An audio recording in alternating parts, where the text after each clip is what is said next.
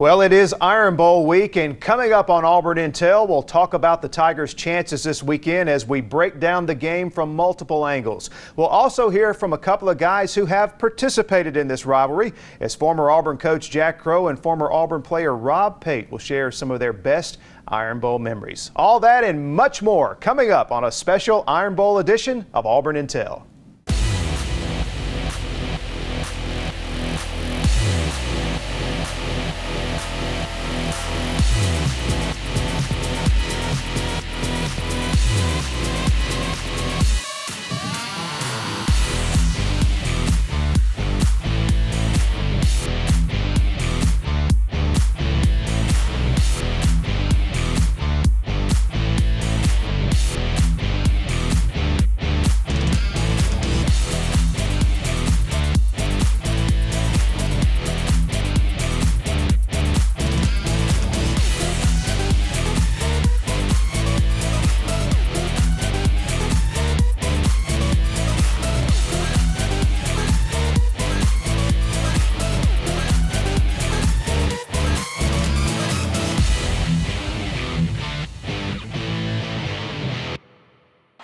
Come back here more often. These are the two most unbelievable finishes. A forced deep field goal, and now Alabama does not have athletes on the field. They've got offensive linemen on the field. And once Chris Davis turns the corner, the only thing that was going to stop him was he fell down. Well, when you talk about the Iron Bowl, the memory that comes to mind the quickest is the kick six. And there you see it from last year. Chris Davis returning the missed field goal at the end of the game, 106 yards for the game-winning touchdown. That was the difference in the game, 34-28. Auburn defeating Alabama last year and, of course, ending the Tide's chances at a national title and enhancing their own with that win. Well, what a difference a year makes. Welcome into Auburn Intel. Mickey Shadrick sitting in this week for Justin Hokanson, joined by Rob Pate and Jack Crow. And guys, when you see that video, what do you We were jumping up and down to 17-16. I mean, we were grabbing children, mamas. We were having a heck of a time. Oh yeah, spilling drink, knocking tables over. I tell you, it was the capping of a reclamation project that took place with this team last year. It was a complete renaissance that Gus Malzahn ushered in, and that play was the epitome of their entire season. Never quit, never give up, always find a way. And team of destiny. It was a team of destiny, and that was the ultimate play to sort of end that season. And just a terrific play to watch.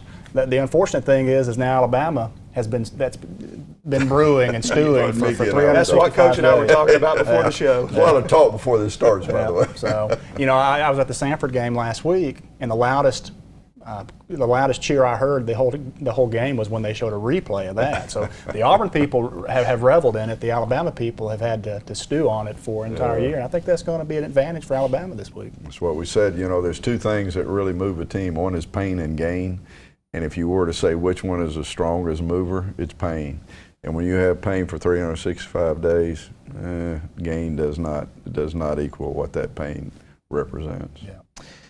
And I've always wanted to say this, but I tire of people calling that luck, though. I can understand the Georgia game maybe, but that was not luck. That was Gus Malzahn and his coaching staff. They actually called a timeout and moved the whole posture when they saw what their situation was. It was a great schematic design. It wasn't luck. It wasn't luck at all. No, and had it sailed off out of bounds. Look, Auburn had the momentum. They were wearing down Alabama. If that thing had gone to overtime, I think we both thought that Auburn had the upper hand at that point anyway. That's the reason Nick kicked it, because he didn't want to have to deal with Nick Marshall in the red zone, because those kind of guys in the red zone they're double-edged. Yeah.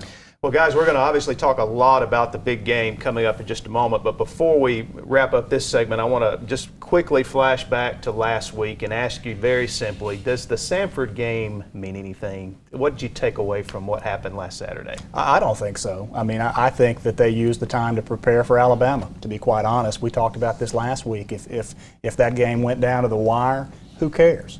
Because at the end of the season, nobody's going to look back and say, how bad did you beat Sanford? It's how did you prepare for Alabama? Did they use this time wisely? Other than not having anybody get hurt, which we did lose a guy in this game, which could mean something. You just want to fine-tune for Alabama in this game, and I think we did that. Yeah. Last game I coached was Jacksonville State versus Florida, okay, 2012. They scored 1 touchdown against us. They get ready the next week after us to play Florida State. I knew who they were getting ready to play. Yeah. I mean, it's the same story. Well, that's why we're spending so little time on it. I think I knew the answer to that question. By the way, Rob referenced the injury situation. Give you a couple of news items here before we go to break. Good news is Auburn gets Duke Williams back this week, the wide receiver who's really been the best receiver Auburn's had all year. He will play in Tuscaloosa. Ricardo Lewis will also be back. He did not play last weekend, but the big blow, it may be a big issue before this game is done. Defensive end Devontae Lambert will not play. Had season-ending knee surgery this week. We'll take a break, and when we come back, we will have a segment called Quick Six in honor of the Kick Six. We'll explain when we come back. And we welcome you back into Auburn Intel with one more flashback to last year's incredible Iron Bowl victory for the Auburn Tigers, 34-28 win over Alabama at Jordan-Hare Stadium. You know, Auburn came into the game riding a serious wave of momentum after the amazing win over Georgia the week before. And just as they were all season, quarterback Nick Marshall and running back Trey Mason were the catalysts for the Tigers on offense in this game. Mason rushed for 164 yards and a touchdown. Nick Marshall's numbers were pretty impressive as well. He had 17 rushes for 99 yards and was 11 of 17 passing for 97 yards in the game, including the game-tying touchdown pass to Sammy Coates with 32 seconds left, capping off a 65-yard drive that only took 2 minutes late in that game. And matter of fact, after this big defensive play here by Robinson Thurisi, you will see that play that really was an incredible play here. Nick Marshall drawing in the defensive back and hitting Sammy Coates. Guys, bring you in now. Again, I know it's time to focus on this year's game, but I thought we'd look back one more time at some incredible. Hey, this whole series is about memories now. Yeah. I mean, if it's not about the memories, I mean, the future doesn't look exciting. So we're living off the past a little while. Then we get to the next one, you know. Rob, what do you think when you see these? It was incredible how dominant the running game was last year. I mean, a lot of fun to watch. Just the team in general was fun to watch. Just the way that they competed each week. They were never out of it. In that game, they got down 21-7 and came back. They just found a way. And being able to run for almost 300 yards against that Alabama defense, it's impressive. You know, it's going to take a monumental effort like that inside of Bryant Denny this week to have a shot. All right, well, it's time to pick you guys' brain. It's time for our Quick Six. I'm going to throw 6 questions at Rob and Coach Crow in honor of the Kick Six, and we'll get their answers to these questions, all related to this year's Iron Bowl coming up on Saturday. So, guys, we'll start off. Our first question, will Nick Marshall have to win this game with his arm? Yes, ultimately. I don't think so. I think if Auburn can't run the football, then they don't have a shot. Now, will he have to make some third down conversions? Absolutely. But Auburn's got to run it first.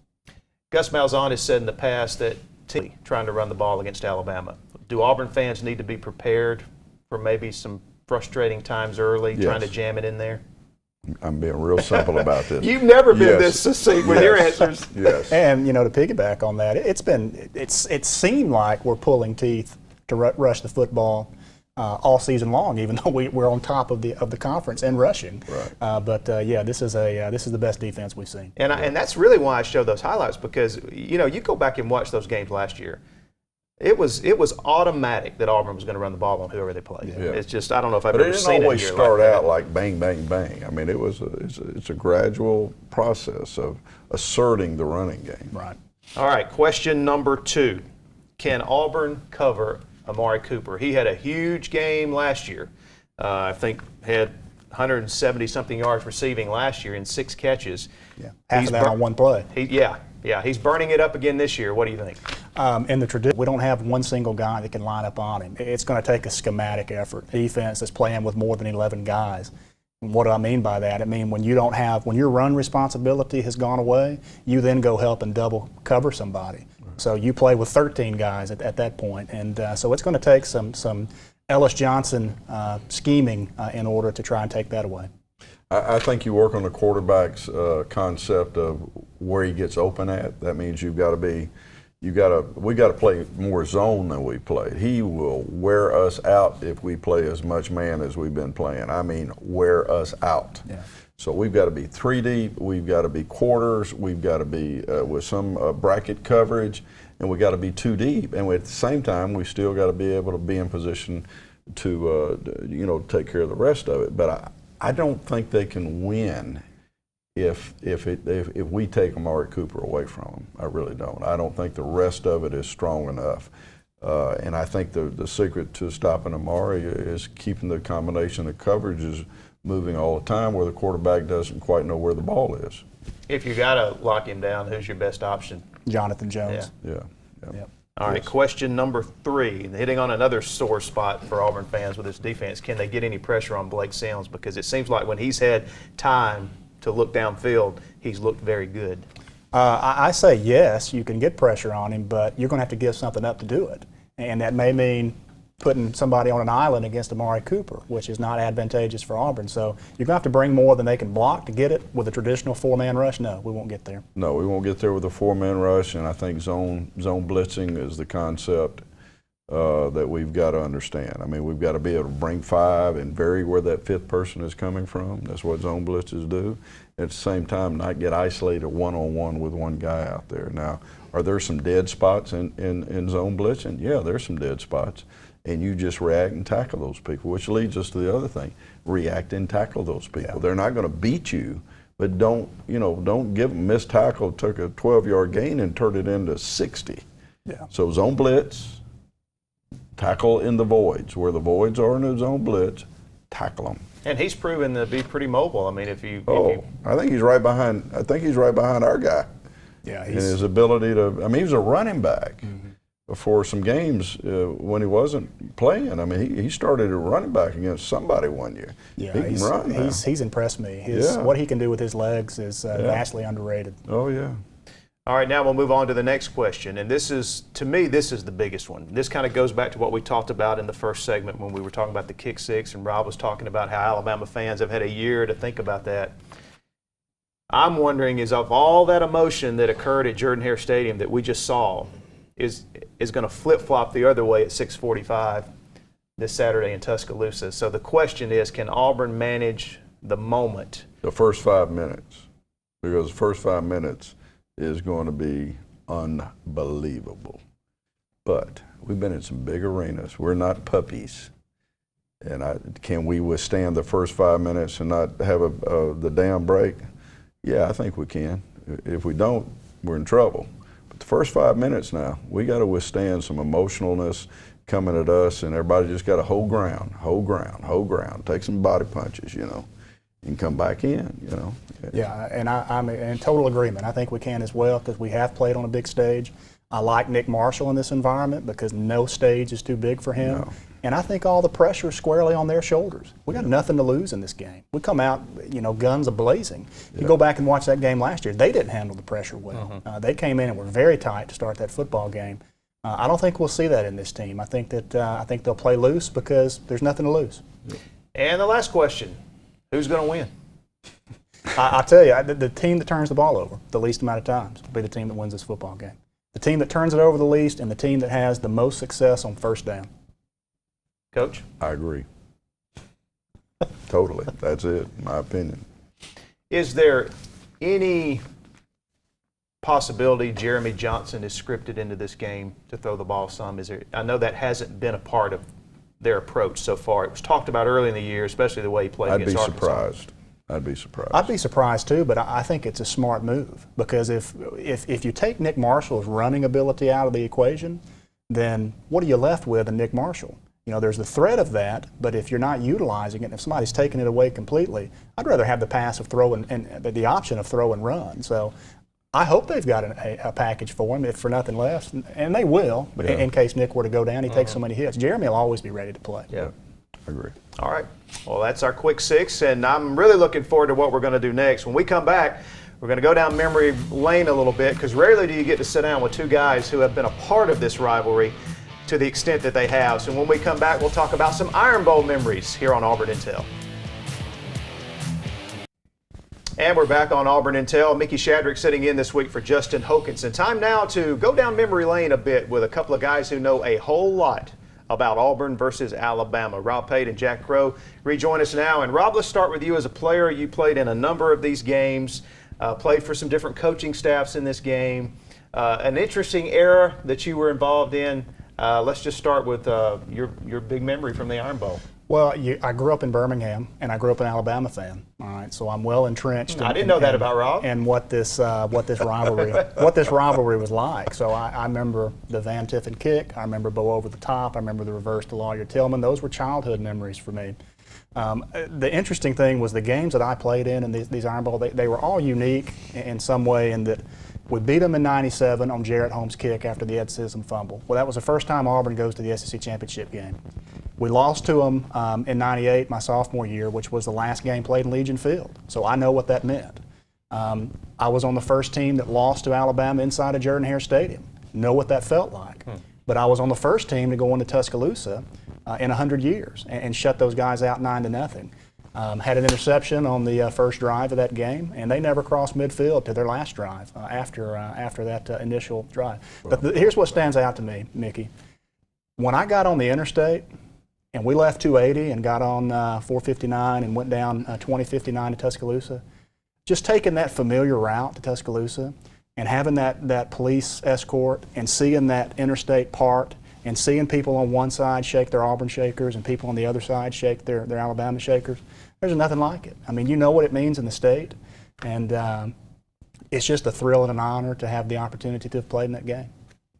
Coach? Well, I'm right here. I'm just a different version of this. You're a fan before you're a player or a coach. I grew up being able to hear Simpson Pepper as the voice of Legion Field from my bed. That's how close I lived on Cotton Avenue. So I was so engrossed in just what the fan experience was, you know, climbing over the fence, selling programs and all that. So my biggest memory is more about 1983. There was a moment in this game where Simpson Pepper comes on in the game and he says, "It is my responsibility to announce that tornado conditions exist for the area of Legion Field." And I mean, serious now. And F3 came down in Oxford and killed people, okay? And I can remember hearing that. My children are in the stadium. My wife is in the stadium. And I remember hearing that, and I got my headset on with Larry Blakeney, and I said, "Larry," because I can't ever remember the difference between a watch and a warning. And I said, "Larry, does that mean conditions exist or one has been sighted?" He said, "Jack," he says, "that means there's one around here somewhere." And he said, "I'm looking east and I think I can see it." I looked up at them stands and nobody moved. Now, it's like the fan experience is stronger than the experience on the field. And that moment told me something. Nobody got out of their seats. Well, and I did have the opportunity, I tell you, winning this game on the opponent's turf, nothing like it. All right, had the opportunity to win one in Auburn and win one in Tuscaloosa. Wouldn't trade that for anything. As a fan, watching that game from the stands in 2010 when Cam Newton led that team back, being down like they were, greatest experience I'd ever had as a fan, even surpassing the kick six. Absolutely. Well, you both, I didn't know what you were going to say, but you both touched on what I was thinking about for both of you. For Rob, I remember that 9-0 game. It was a kind of rainy, drizzly, and you guys just defensively sucked the life out of them. Yeah. I mean, it was almost, by the end of that game, you could tell that. I don't know if I've ever seen a game where it felt like Alabama wanted to leave. I mean, did you sense that as a player? You know, well, I tell you, you sense that if you could just extend it to a two-score game, it was over, because they just weren't. It was one of those where they weren't going to score a touchdown, and we were having that much success. And but they had a miserable season, you know, and I'd been a part of that too. They only won 3 games that year. They had been embarrassed in a couple of games. So. And that's what makes this unique. You watch these guys, you keep up with them, you know at the end of the season you're going to battle with them. You know them from all-star games. You played with them in high school. You're getting a scout report every day at both schools. Yeah, I mean we had coaches who worked every day to defend Alabama. I mean that was their job, defend what Alabama does. I remember walking in defensive meeting rooms, and they had a box for all the different teams we play in the year. We might be in week 3, and week 4, 5, and 6 were empty, but the Alabama box was already full. So now were there really things in that? Was that a mindset? But I'll throw I think there are really things in In there. 1982, when we had to overcome that 10-year, I put a play in every week from week 1 that we weren't going to run until we played Alabama. So our players would be so familiar with plays. Like Randy Campbell, you say, why don't we run that play, Coach?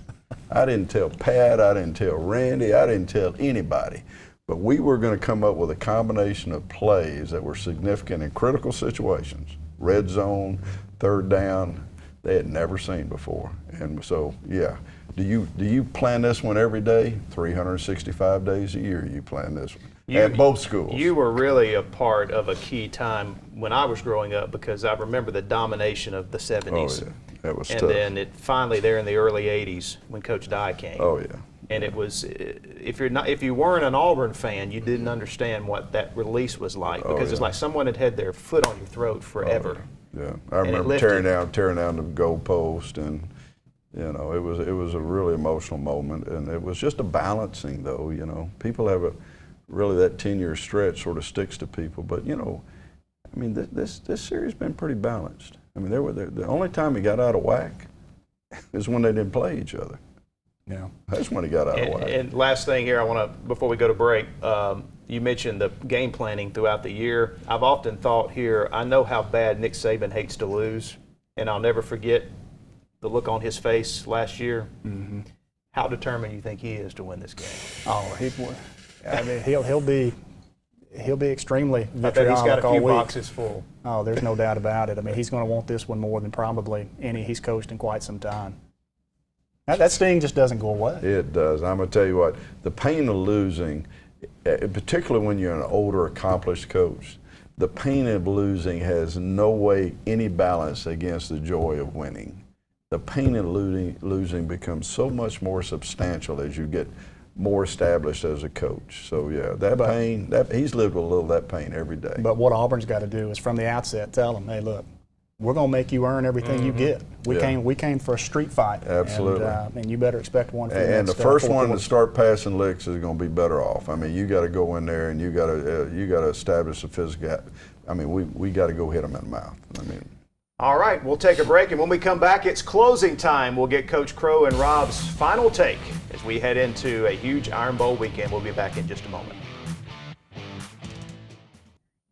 And we're back in our remaining moments here on Auburn Intel. Time for closing time, and we start with Rob Pate.